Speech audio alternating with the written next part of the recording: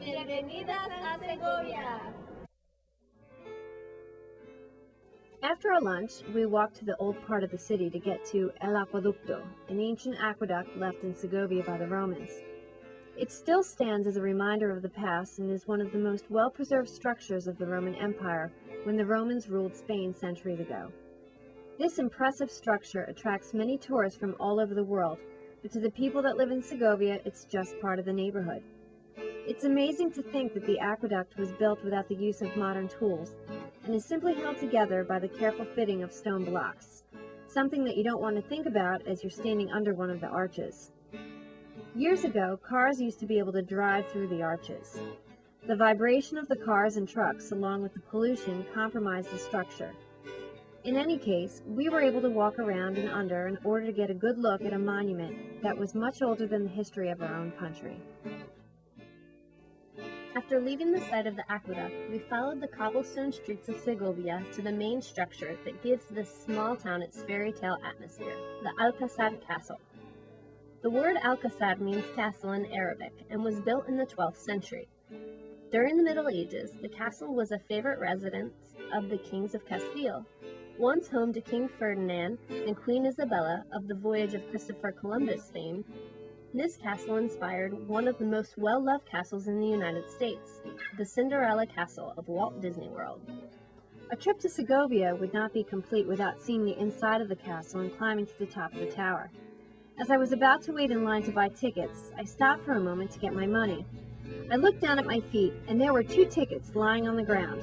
Nobody was around to claim them, so we only had to buy 2 more. Travel tip. When traveling, if you come across something for free, take it. Just pay the favor forward when you can. The castle, which is now a museum, is beautifully preserved along with the authentic furniture, weaponry, and suits of armor that were used during the Middle Ages.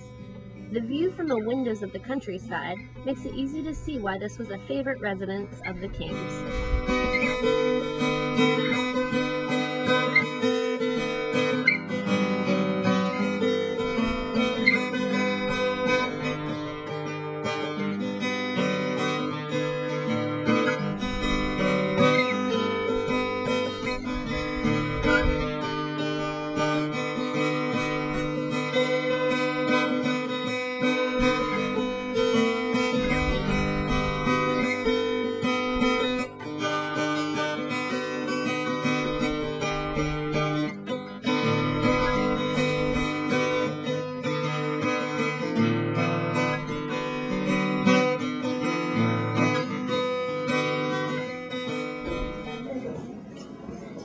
This is where the magic happens. The last part of the castle to visit was the tower. A narrow passageway and a spiral staircase would take us up to the top, where watchmen must have guarded the countryside centuries ago. There were many stairs to climb, and you had to leave enough room for the people coming down the staircase to pass. Did I mention that Jill is afraid of heights, and that looking down the middle of the spiral staircase is a constant reminder of just how high up you are? Jill had a bit of a panic attack, which was more than fun for me to watch. I'm just looking at the chain on the wall.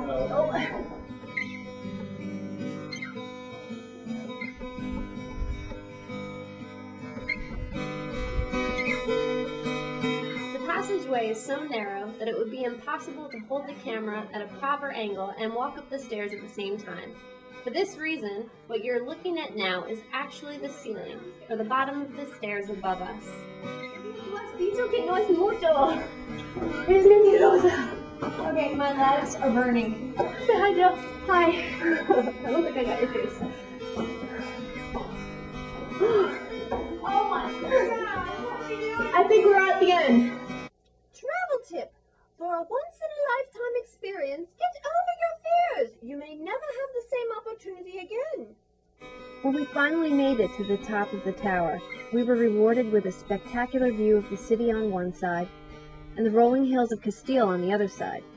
We each paused a moment to take it all in. I thought, I'm in Spain, standing on top of an authentic castle that was home to one of the most famous kings and queens in history. It certainly beats sitting on the couch at home watching reruns of old movies. It's pretty amazing stuff until, that is, I had to go back down the stairs. As the sun began to set after a long day, we headed towards the bus station to catch the 9 o'clock bus back to Valladolid. What an amazing day in such an enchanted city.